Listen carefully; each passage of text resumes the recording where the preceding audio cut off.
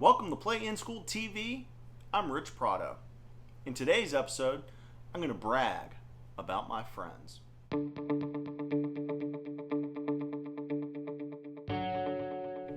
Guys, stick with me through this episode. There's a lesson somewhere woven in here that I want every single kid and maybe even their parents to hear. And it's going to sound a little braggadocious, but I promise I'm not bragging about myself. All right. So from the time I was a little guy, I inherently knew that the friends that you kept had a huge impact on your life. Okay. This was before I read a single book on leadership or management. Today's buzz quote is that you're the average of the 5 people you hang around most. Back then, I would have said you are who your friends are. That's the way I would describe it when I was back in high school. I inherently knew that, and I surrounded myself with what I thought were really positive and good people who I thought were going to help me move in a positive direction. And to be honest with you, my parents probably had an influence on the kids that I ended up hanging around with most. You know, looking back in the middle school and high school days, those people that were my core group of best friends, some were ball players, some were not ball players. You fast forward to current day, those people are all leaders in their community, leaders in their industries, have successful professional lives, and very beautiful personal lives as well, beautiful families, etc., etc. All of them. I was lucky enough and maybe smart enough to surround myself from a young age with really good people. That's not a brag on me. I was just lucky enough and smart enough to have those good people in my world. Very thankful to have those good people in my world. So that quote that I always said back then was, you are who you hang around with. Let's step onto the baseball field for a second. You know, I had this thought that sounds funny when you say it out loud, but in a way, I never wanted to be the best baseball player on the field. Let me explain. I wanted to be the best baseball player on the field. There's no doubt about it. And I worked hard to get to where I was. However, from a team standpoint, if I was the best guy on the field, well, then there was a bunch of guys around me who maybe weren't working as hard as me, right? So I wanted to surround myself. I wanted a team of guys around me that were just as good as me, if not better than me.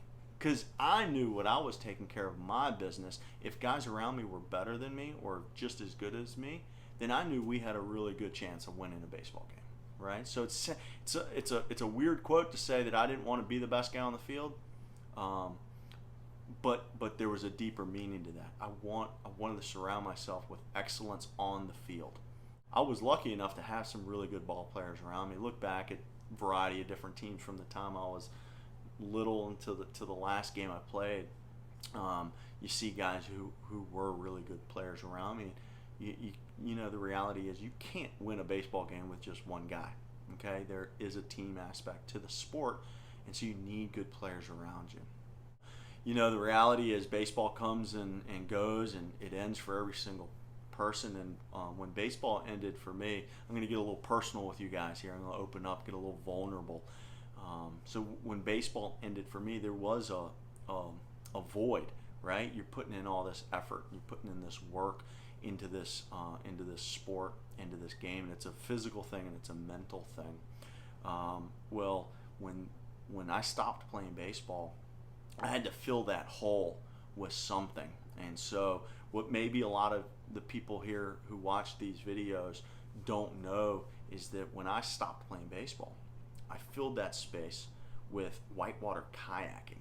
Okay, so back in the day when I would go hit balls off the tee or take fungos, well, when I stopped playing baseball, it was about hitting the river and running whitewater and really kind of working on that new sport, that new skill. So I immediately knew at that point in time that I needed to surround myself with greatness again. and I found the best people in my community that could help me. The term we hear a lot now is level up. Okay, I found guys who were way better than me to surround me on the river. Now the thing about baseball, when you're really deep into it, every pitch feels like life or death, doesn't it? Especially if you're a mom or dad and you're watching from the stands and your heart rate's going. But the reality is, if you strike out, okay, cool, go home and get a hot dog and all is good. When you're kayaking and you're running rapids on the whitewater in remote places of the world, it literally is life and death. Every day on the river could be your last breath if you haven't trained properly, if you don't make the right decisions at the right time.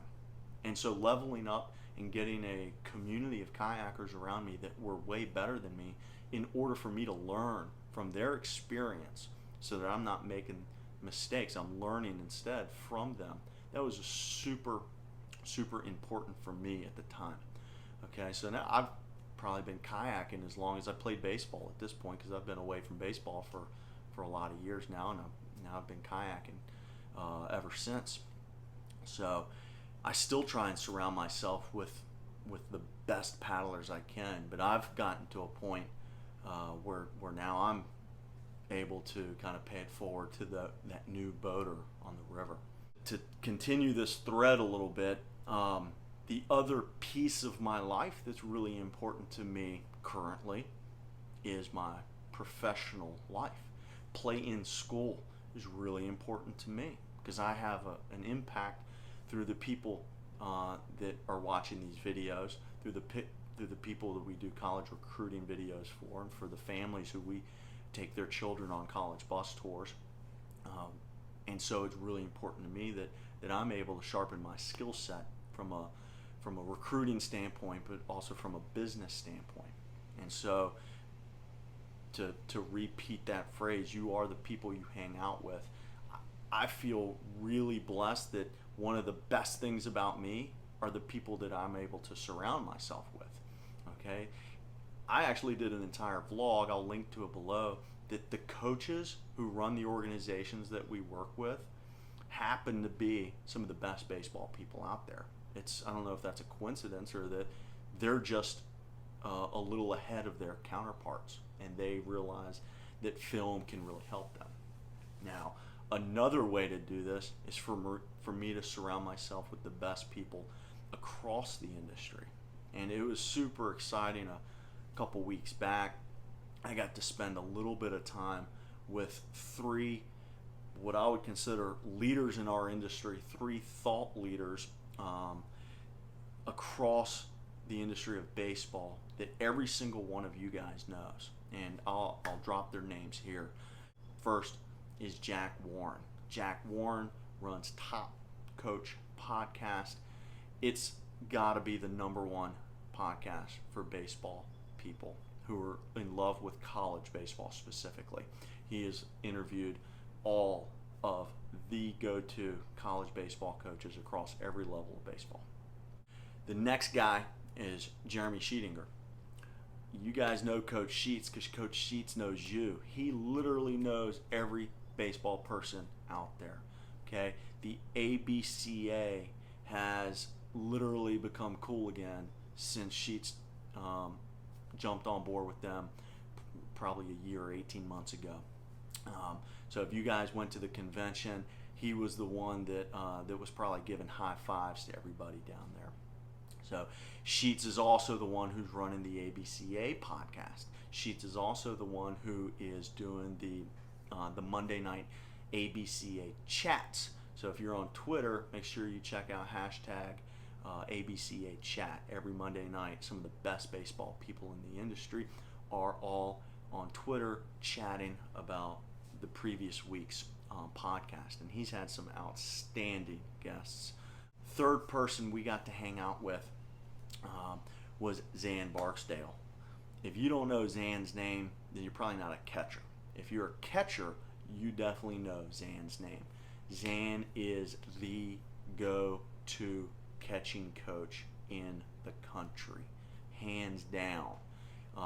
The resources he's putting out, the information he's putting out is unbelievable. So, you know, this isn't about, I'm not bragging about me, look how cool I am. What I'm bragging about from start to finish in this video is the how lucky I am to have put myself around smart people in order to learn from those people from the time I was little until now. And that's, you know, those guys are incredible resources for me from a professional standpoint. You know, and again, to kind of come full circle, the people you surround yourself with in a personal way also have an effect. My biggest advocate, fan, supporter is my wife. But my wife isn't just one person. My wife has an entire family that supports her. So when we decided to get married, it was really important to me that whoever I was going to eventually spend the rest of my life with had a great support team with her. And so, guys, find the people in your life who are going to help you level up, that are going to be the people that you become. Because the 5 people, the 6 people, the 7 people that you're around most are going to have the biggest influence on you. So guys, you youngsters, you young players, you middle school and high school kids who are watching this, mom and dad, show this to your kids right now. You know who the winners are. You know who the good influences are. Surround yourself with them. You also know what the loser looks like. Okay, you might not be able to articulate what it is, but you get a sense of who the kid who's not going anywhere is. Guys, don't get around that kid. The kid who's bringing you down, that you want to give the benefit of the doubt to, cut ties. The sooner you cut ties with that kid, the better off you'll be. Okay? Trust me when I say that. I appreciate you guys tuning in. I hope you enjoyed hearing a little bit about my personal post-baseball athletic career, because that's what I would consider my kayaking life. That's my athletic career post-baseball. Guys, baseball ends for everybody. Just know that it does. It ended for Mickey Mantle. So, you know, if you need any advice on things to do post-baseball, hit me up. Otherwise, hit me on Twitter, and I'll see you at a field real soon. Thanks.